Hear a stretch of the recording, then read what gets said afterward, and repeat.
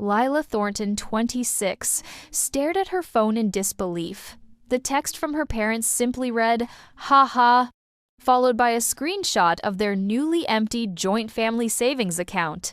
$127,893 transferred out that morning. 10 years of her hard-earned money vanished. Her wedding fund, her house down payment, her security gone. But her parents had no idea what Lila had discovered the day before. No idea at all. Before I dive into my story, I'd love to know where you're watching from. Drop your location in the comments below and hit that like button if you've ever trusted someone completely only to be blindsided. Subscribe to join our community where we share these real family drama stories every week. Now, let's get into how my parents' betrayal set off a chain of events they never saw coming. Growing up in a middle-class suburb of Boston, Lila had always been taught the importance of family financial solidarity. Her parents, Marion and Robert Thornton, owned a moderately successful accounting firm that specialized in small business finances. They had built their reputation on being trustworthy stewards of other people's money, ironically enough. From an early age, Lila was included in family financial discussions. When she turned 16, her parents suggested opening a joint savings account where she could deposit her babysitting and summer job earnings. "This way we can help you manage it and you'll learn financial responsibility," her father had explained, his hand resting reassuringly on her shoulder. As an only child, Lila had always been exceptionally close to her parents. They attended her debate competitions, cheered at her soccer games, and celebrated every academic achievement. They seemed proud when she graduated with honors from the University of Massachusetts with a degree in architecture. "You're our greatest investment," her mother often said, typically following up with advice about saving for the future. When Lila landed her first job at a prestigious Boston architecture firm at 22, her parents suggested she continue using their joint family account rather than opening her own. "Banking fees are ridiculous these days," her father reasoned. "Besides family, money should work together. When you're ready to buy a house or get married, you'll thank us for the combined interest we've earned." It made sense at the time. Her parents were accountants after all. They understood money management better than she did. Every month for 4 years, Lila dutifully transferred a significant portion of her increasingly substantial salary into the joint account. She lived frugally in a small apartment with a roommate, brought lunch to work, and limited her social spending. Meanwhile, the account steadily grew. Her fiancé, James, had questioned the arrangement when they got engaged 6 months ago. "Don't you think it's unusual to have your parents on your savings account at your age?" he asked one evening as they discussed wedding finances. Lila had defended her parents vigorously. "They've always been financially responsible," she insisted. "They taught me everything I know about saving. Without them, we wouldn't have nearly enough for a down payment on a house after the wedding." James had shrugged, unconvinced, but unwilling to push the issue further. The truth was, Lila had been proud of the arrangement. While her friends struggled with financial literacy and impulse purchases, she had amassed a considerable nest egg by her mid-20s. Her parents had never given her reason to doubt them. Each Christmas, they even added a bonus contribution to the account as a gift. When the account passed the $100,000 mark last year, they had celebrated with champagne toasting to Lila's future. "This is what family is about," her mother had said, raising her glass. "Supporting each other, building together." What Lila didn't know then was that her parents' accounting firm had been struggling for the past 2 years. New online services were undercutting their fees, and several major clients had moved their business elsewhere. Their personal finances were in far worse shape than they let on. The celebration of her savings milestone had been less about her achievement and more about their growing desperation. The first subtle warning sign had appeared 3 months ago. Lila had mentioned purchasing wedding invitations, and her father had suggested, maybe wait another week before withdrawing anything. "Some investments are settling." At the time, she thought nothing of it. Her father had always been cautious with money transfers. 2 weeks ago, Lila had called about accessing $5,000 for the wedding venue deposit. Her mother answered, sounding strangely anxious. "Your father handles those transactions?" "He's meeting with clients today. Can it wait until tomorrow?" Again, Lila dismissed her concerns. Parents were allowed to be busy after all. Now staring at the text message with its casual "haha" and the screenshot showing a zero balance, those moments replayed in her mind with new sinister context. Her parents had been planning this for months, maybe longer. The people she trusted most in the world, who had taught her the value of financial responsibility and family loyalty, had betrayed her completely. What they didn't know, what they couldn't possibly know, was that their betrayal would trigger a series of revelations that would shake the foundations of everything Lila thought she knew about her family. The day before receiving that devastating text, Lila had been organizing wedding venues with her future mother-in-law, Catherine. As they finished their lunch at a small cafe in downtown Boston, Catherine had casually mentioned that she needed to stop by Meridian Bank to sign some documents. "Actually," Lila said, "our family account is at Meridian too. I could check on the wedding fund while we're there." The bank was busy for a Thursday afternoon. While Catherine spoke with her financial advisor in a glass-walled office, Lila approached the teller with her ID in hand. "I'd like to check the balance on a joint account, please." The young teller tapped at her keyboard. "Miss Thornton, I see you have access to 2 accounts with us. There's the joint savings account with Marion and Robert Thornton, and then there's the business account for Thornton Accounting Services, where you're listed as a signatory. Which one would you like to check?" Lila blinked in confusion. "There must be a mistake.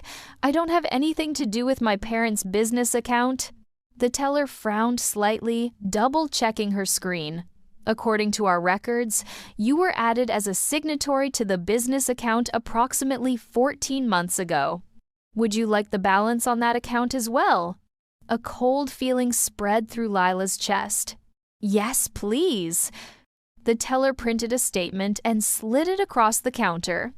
The business account balance showed only $3,247.8, too far lower than what should have been in a functioning accounting firm's operating account.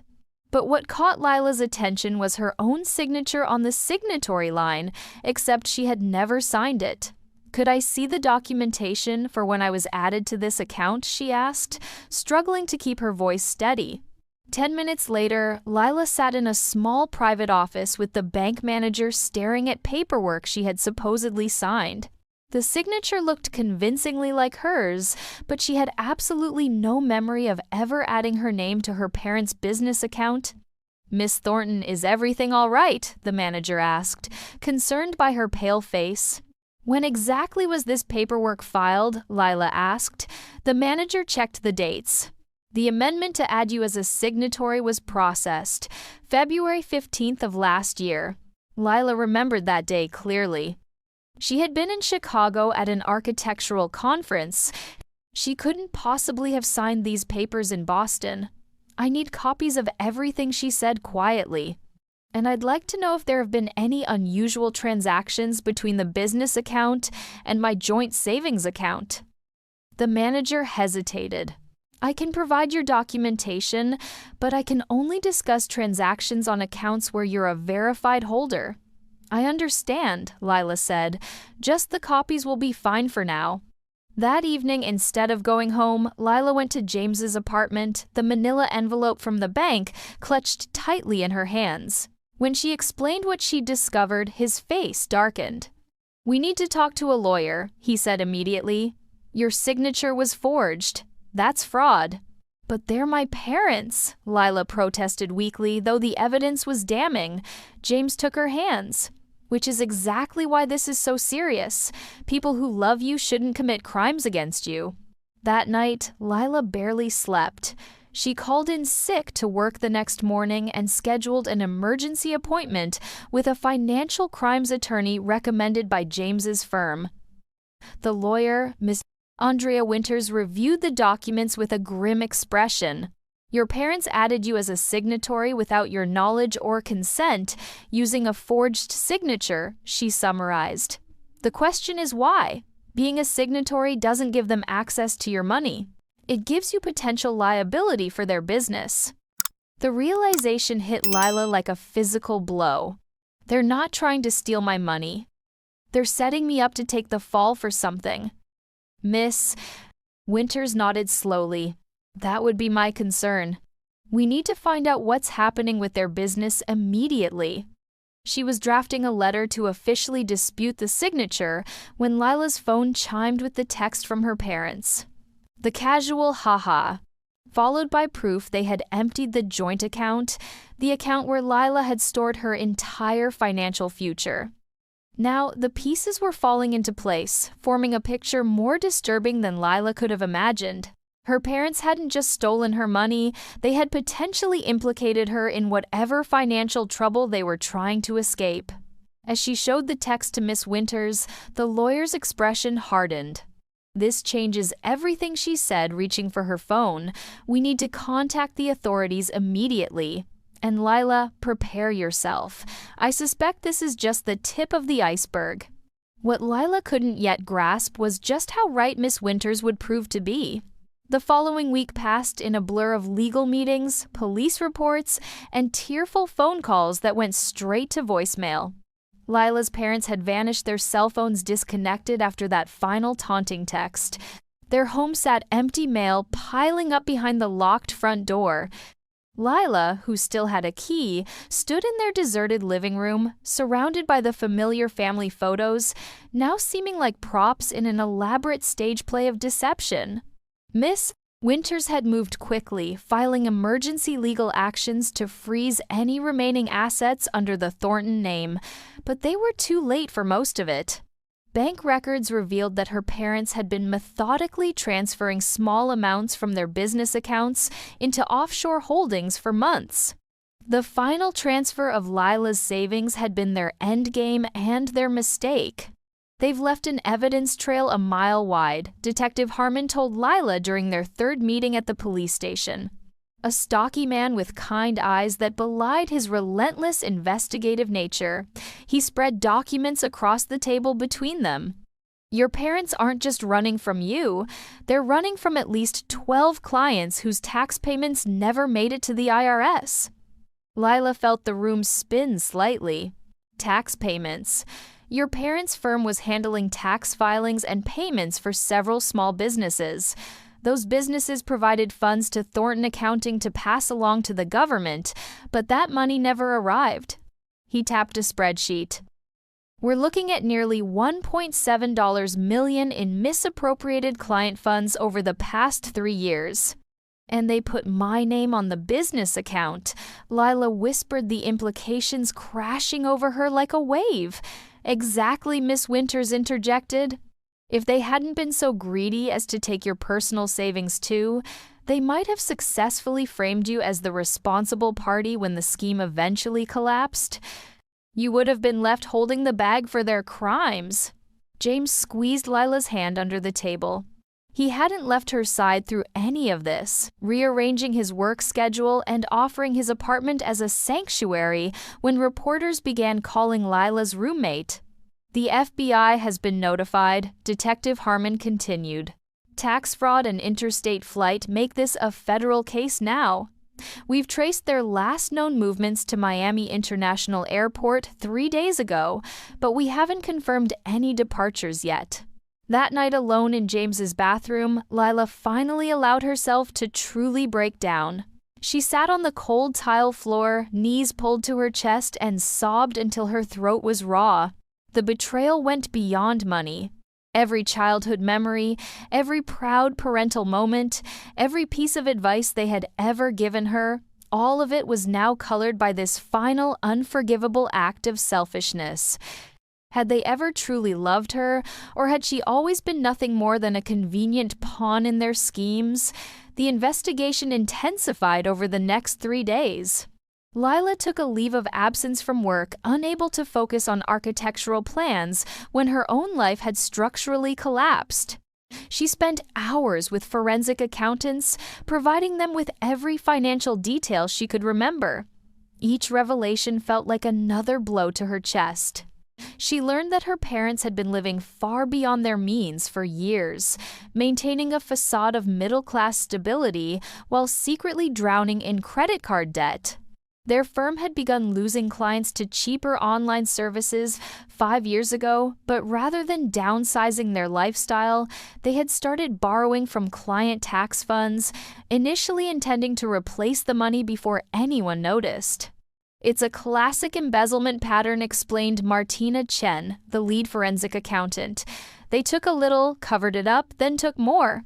Eventually, they were just shuffling money between accounts to keep everything looking legitimate, a financial shell game." "And I never noticed anything wrong," Lila said bitterly. "Don't blame yourself," Martina replied. "They were professionals at financial deception, and you trusted them completely. That's what family is supposed to do." The breakthrough came unexpectedly on day 10. James answered a knock at his apartment door to find Catherine standing there with a strange expression on her face. "You need to see this," she said, stepping inside and opening her laptop. "I was reviewing my husband's recent emails for a business matter when I found something odd."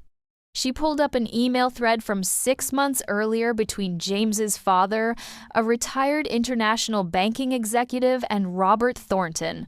The exchange was brief, but revealing Robert had been inquiring about banking regulations in Costa Rica, specifically regarding privacy laws and property ownership. Dad had no idea about any of this, James assured Lila quickly. "He thought it was related to a client of your parents." "But look at the timing. This was right around when they started acting strange about your withdrawals." With this new lead, the FBI tracked the Thorntons to a recently purchased beachfront property outside San Jose, Costa Rica. Local authorities confirmed the property had been bought through a shell company for cash just 3 months earlier. "We have an extradition treaty with Costa Rica," Special Agent Wilson informed Lila during a video call the next morning. "But these cases can be complicated. We're working with their authorities now." What the FBI didn't immediately tell Lila, what would come to light only through her own persistence, was that her parents hadn't fled alone. While combing through old family photos to provide the FBI with recent images, Lila noticed a familiar face that had appeared at family gatherings over the past 2 years. Her mother's supposed cousin Diane, who had suddenly begun visiting from Seattle, a cousin Lila had never heard of before her abrupt appearance in their lives. On a hunch, Lila searched social media for this mysterious relative and found nothing. No profile, no digital footprint. She asked her mother's actual sister, Aunt Helen, about Diane during a tearful phone call. Aunt Helen sounded confused.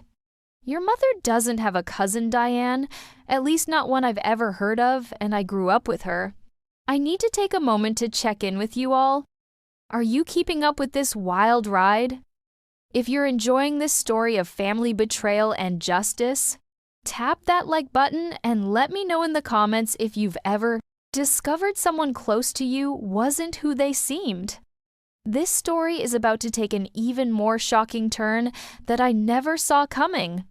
Stay with me as we uncover who this mysterious cousin really was. The identity of Cousin Diane became Lila's obsession. While federal agents built their case against her parents, Lila launched her own investigation. She dug through old photos, scrutinizing the mysterious woman who had inserted herself into family gatherings with surprising ease. Somewhere in those images, Lila was certain lay answers to questions she hadn't even thought to ask. It was James who made the crucial connection. After a week of watching Lila pore over photographs and social media accounts late into the night, he suggested a different approach. "Let's search business registrations instead of social media," he proposed one evening, setting a mug of tea beside her laptop. If your parents were planning this for years, they might have created companies or legal entities. This Diane person could be connected. Within hours, they found something. 3 years ago, a limited liability company called DTR Investments had been registered in Delaware. The principal address matched a P.O. box. Lila recognized her father had used it for business mail. He didn't want cluttering the house. The registered agent was listed as Diane T. Richards. DTR, Lila whispered. Diane T. Richards. But what's the T stand for? The answer came the next morning when Agent Wilson called with new information. "We've identified the woman traveling with your parents," he said without preamble. "Her name is Diane Thornton Richards. According to records we've uncovered, she's claiming to be your father's sister." "That's impossible," Lila replied, her voice sharp with certainty. "My father was an only child. His parents died before I was born, but he always said he grew up alone." There was a weighted pause on the line. "Miss Thornton, I think you should come to the field office. There's something you need to see." 2 hours later, Lila sat in a sterile federal building conference room, staring at documents that unraveled the very fabric of her identity. Birth certificates, marriage licenses, death certificates, pieces of a puzzle she never knew existed. "Your father isn't Robert Thornton," Agent Wilson explained gently. "His real name is Richard Thomas. He and his sister Diane grew up in Indianapolis. After some minor fraud charges in his 20s, Richard disappeared, assumed the identity of Robert Thornton, and eventually met and married your mother." Lila felt as though she were floating outside her body, watching someone else receive this impossible information. "My mother, Marion Wilson, before marriage, that much is true. She met Richard calling himself Robert by then in Chicago. We believe she knows his true identity. They've been living under the Thornton name for nearly 30 years. The floor beneath Lila seemed to tilt. "Are you saying my entire life is based on a lie? That my own name isn't even real?" Agent Wilson's expression softened. "Legally, you're Lila Thornton. Your birth certificate, social security number, everything about you is legitimate. Your parents simply weren't who they claimed to be before you were born." James, sitting beside her, spoke up. "What about this sister Diane? Why would she suddenly appear in their lives after decades?"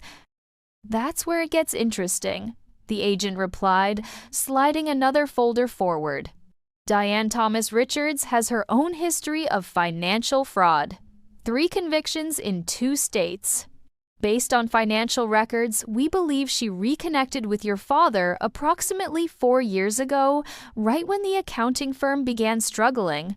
They were planning this together all along," Lila said numbly. The long con. Later that night, Lila stood on James's balcony, staring out at the Boston skyline as a light rain fell. Her entire understanding of herself had been built on a foundation that never existed. Her father wasn't who he claimed to be. Her mother had participated in a lifelong deception.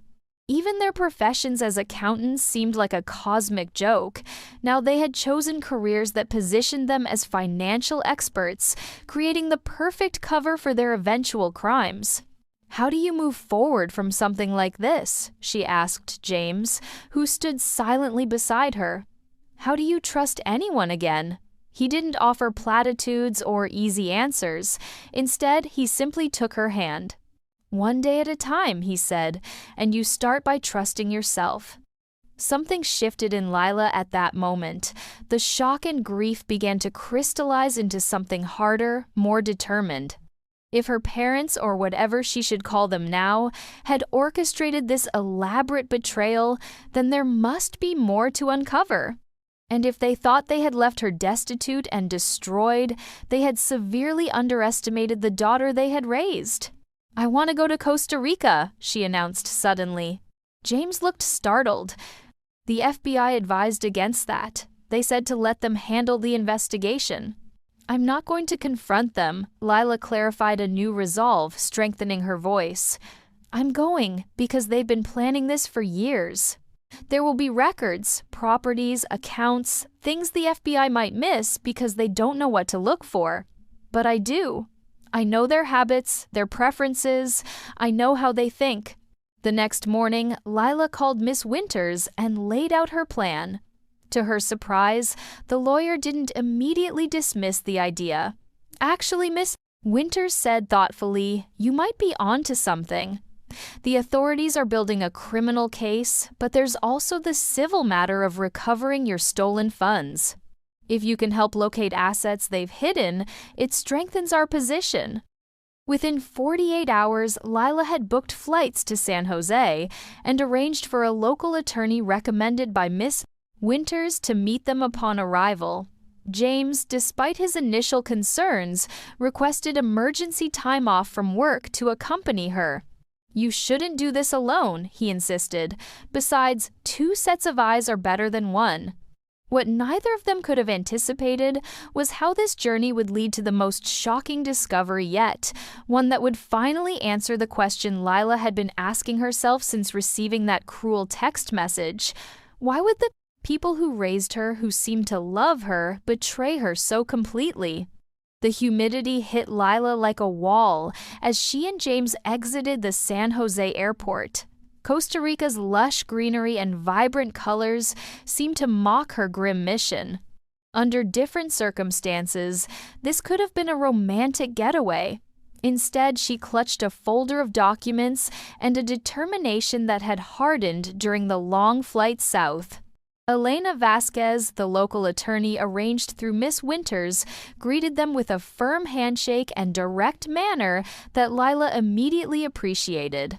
"I've begun preliminary research based on the information you sent," Elena explained as she drove them to their hotel. "Your parents, or rather the Thorntons, purchased the beach property through a shell company called Verde Paraíso Investments. The transaction was completed 3 months ago for approximately $1.2 million cash." Lila winced at the figure. Nearly 10 times what she'd had in her savings account. Where did they get that kind of money? The FBI said they'd stolen about $1. $7 million from clients, but that wouldn't leave much after buying the property. Exactly, Elena nodded approvingly, which suggests they have other assets we haven't identified yet, possibly accumulated over years, not months. The next morning, they met at Elena's office to develop a strategy. Costa Rican banking has become more transparent in recent years, but there are still ways to obscure ownership, Elena explained. However, people leave patterns. They get comfortable. They make mistakes. James leaned forward. "What kind of mistakes?" "They use familiar names, dates, references. They stay in locations they've visited before. They maintain certain habits." Elena turned to Lila. "This is why you're here. You know them better than anyone." Lila thought about her parents' behaviors, the small patterns she'd observed over the years.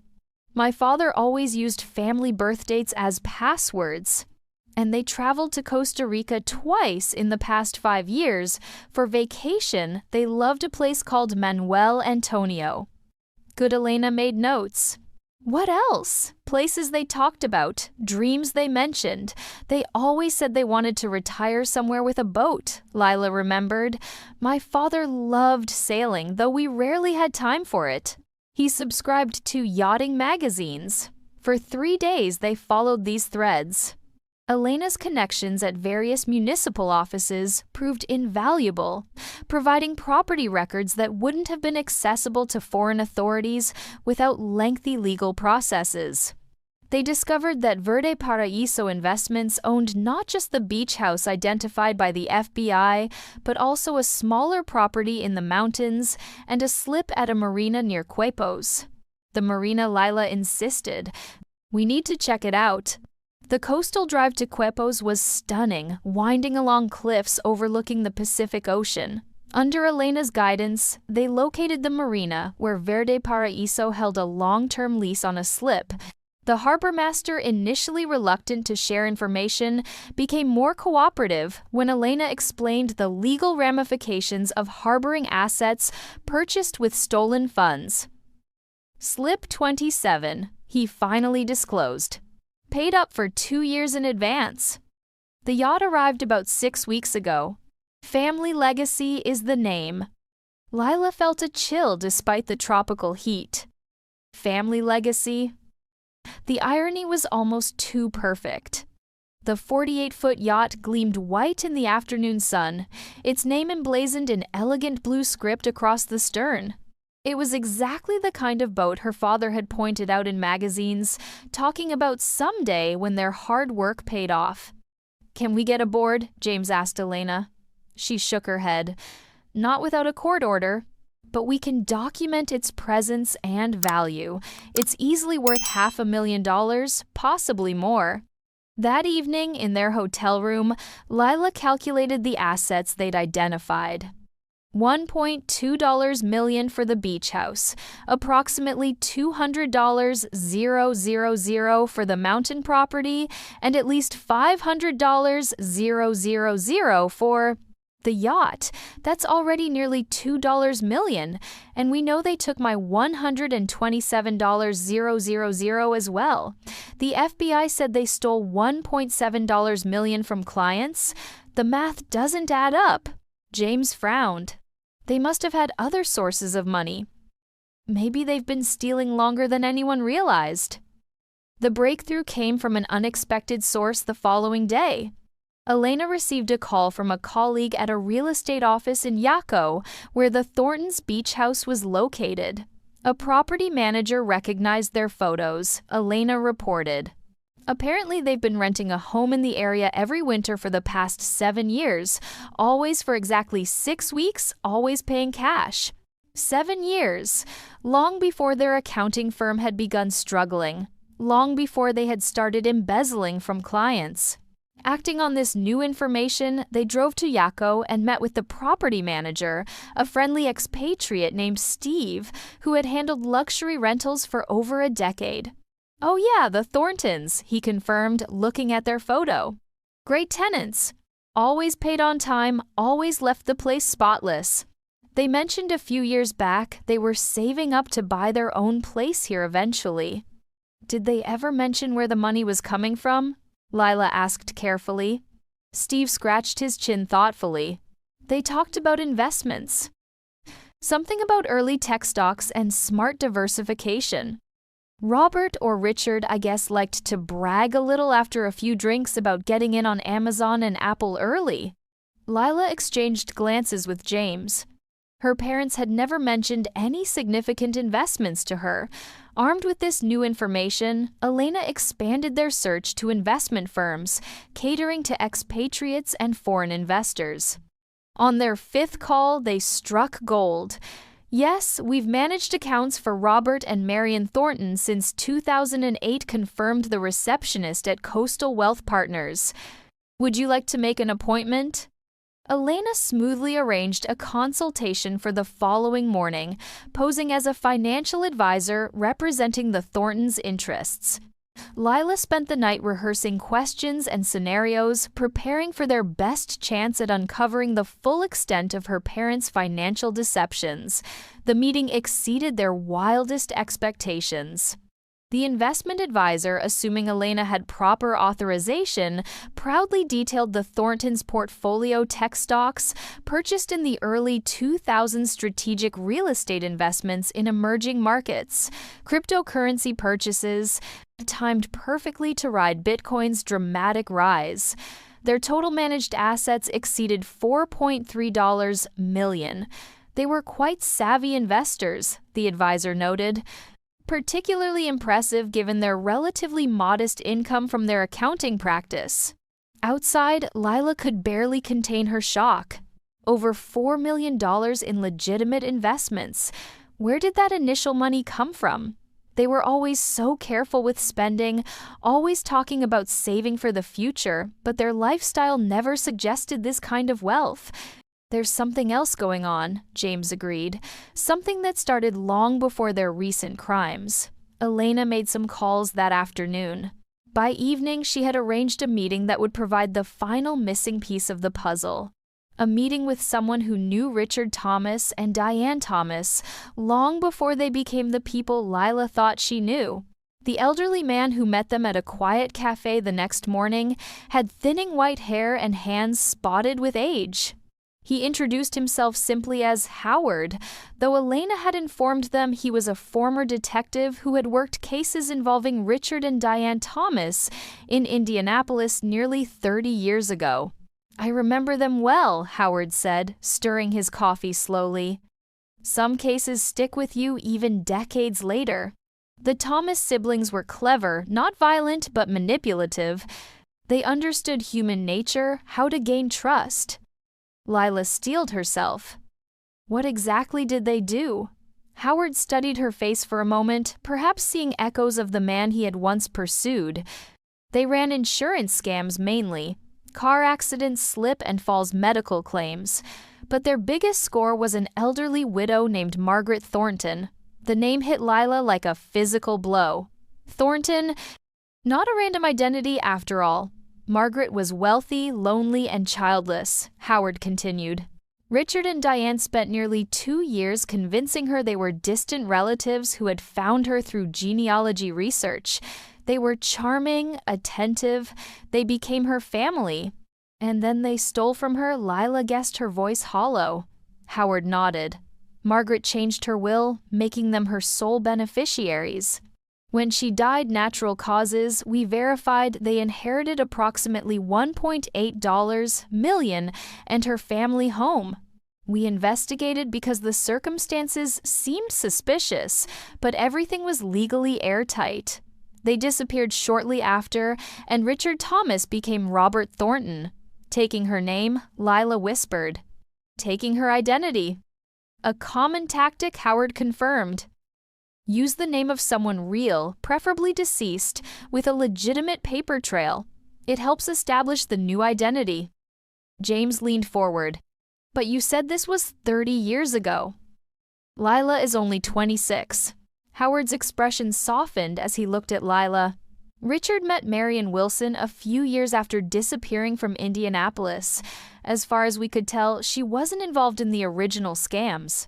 We always wondered if she knew about his past. She knew, Lila said, with sudden certainty. She had to know. They've been planning this exit strategy for years. The properties here, the yacht, the investments. This wasn't a desperate response to their business failing. The business failing was just an excuse to finally execute a plan they've had all along, but something still didn't make sense. If her parents had legitimate millions from both their early scam and decades of smart investing, why embezzle from clients? Why steal her savings? They already had more than enough for a luxurious retirement in Costa Rica. Howard seemed to read her thoughts. Con artists rarely stop even when they have enough. It's not just about the money, it's about the thrill, the sense of being smarter than everyone else. After Howard left, Lila sat in silence, trying to process everything. Her entire life had been built within an elaborate fiction, a long intermission between her parents' first major con and their final act. Had anything been real? Had they ever truly loved her? I need to see them, she said suddenly. Elena looked alarmed. That's not advisable. They're currently fugitives, and if they realize you've found them, I won't confront them directly, Lila clarified. I just need to see them from a distance. To understand what all this was for. What was worth destroying our family over? After much persuasion, Elena arranged for a local driver who knew the area around the Thorntons' beach house well. The following afternoon, they parked on a public beach with a clear view of the private property. Through binoculars borrowed from the driver, Lila could see a sprawling white villa with red tile roof surrounded by palm trees and blooming tropical flowers. At first, she saw no signs of life. Then, a figure emerged onto the expansive deck overlooking the ocean, her mother looking relaxed in a flowing dress, her hair longer than Lila had ever seen it. She was followed by Diane carrying a tray with what appeared to be cocktails. They were laughing. A minute later, her father joined them, kissing her mother's cheek casually before taking a seat in one of the lounge chairs. He raised his glass in a toast, and all three clinked glasses with evident satisfaction. There was no sign of worry, no hint that they were fugitives from justice, or that they had destroyed their only daughter's life. They looked like wealthy retirees enjoying their well-earned paradise. Something broke inside Lila, then the last fragile hope that there might be some explanation, some justification that could make sense of their betrayal. The people on that deck weren't victims of desperation or financial pressure. They were celebrating their escape, their successful con, their new life built on the ruins of others' trust. "I've seen enough," she said quietly, lowering the binoculars. "I know what I need to do now." That evening, Lila made 3 crucial phone calls. The first was to Agent Wilson, providing detailed information about all the assets they'd uncovered, the beach house, mountain property, yacht, and investment accounts. The second was to Miss Winters, authorizing her to pursue civil action, not just for the stolen savings, but for the emotional damage and identity fraud Lila had suffered. The third call was to her boss at the architecture firm in Boston, explaining that she needed to extend her leave of absence. "Actually," she added after a moment, "I may be interested in transferring to your Costa Rica project. The one you mentioned last month." James looked at her questioningly after she hung up. "They think they've won," Lila explained, a new determination in her voice. "They think they've escaped to paradise while I'm left with nothing. But they're wrong. I'm not going anywhere until justice is served, and I'm going to be right here watching when it happens." 3 months later, Lila stood on the balcony of her rented apartment in Jacó, watching the sunset paint the Pacific horizon in brilliant oranges and pinks. The breathtaking view was almost enough to make her forget why she was here, almost, but not quite, especially not today. Her phone buzzed with a text from Agent Wilson. "It's happening 30 minutes. She took a deep breath, tucking the phone into her pocket. Behind her, James emerged from the bedroom, adjusting his tie. "Ready?" he asked gently. Lila nodded. "As ready as I'll ever be." The drive to her parents' beach house took less than 15 minutes. As instructed, they parked a discreet distance away, where Agent Wilson was waiting in an unmarked car. "The local authorities are coordinating with us," he explained as they approached. "We have officers at the marina securing the yacht simultaneously. The investment accounts have already been frozen." They watched from a safe distance as 3 police vehicles approached the property with lights flashing, but sirens silent. A moment later, 4 officers and 2 agents in FBI windbreakers walked up the path to the front door. Even from their position, Lila could see her father's shocked expression when he opened the door. His face, tanned from months in the tropical sun, drained of color as he recognized the official insignias. Behind him, her mother appeared, hand flying to her mouth. There was no dramatic escape attempt, no desperate flight. Within minutes, Robert Thornton, Richard Thomas, and Marion Thornton were being escorted to separate vehicles in handcuffs.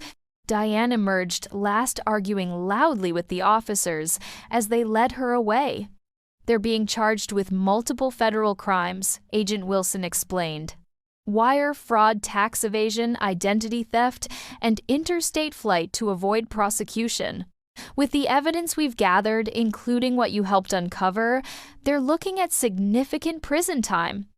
Lila watched the police cars drive away, carrying the people who had raised her, loved her, and betrayed her. She had imagined this moment for months, expected to feel triumph or vindication. Instead, she felt a complex mixture of grief, relief, and strange emptiness. "It's over," James said, slipping his arm around her shoulders. "Not quite," Lila replied. "There's still the civil case. Miss Winters says, with the criminal charges substantiated, we have an excellent chance of recovering not just my stolen savings, but damages as well." 2 weeks later, Lila sat in a conference room at Elena's law office as Miss Winters joined them via video call from Boston. The news was better than they had dared hope. "The court has granted our emergency petition to seize all assets purchased with ill-gotten gains," Miss Winters announced.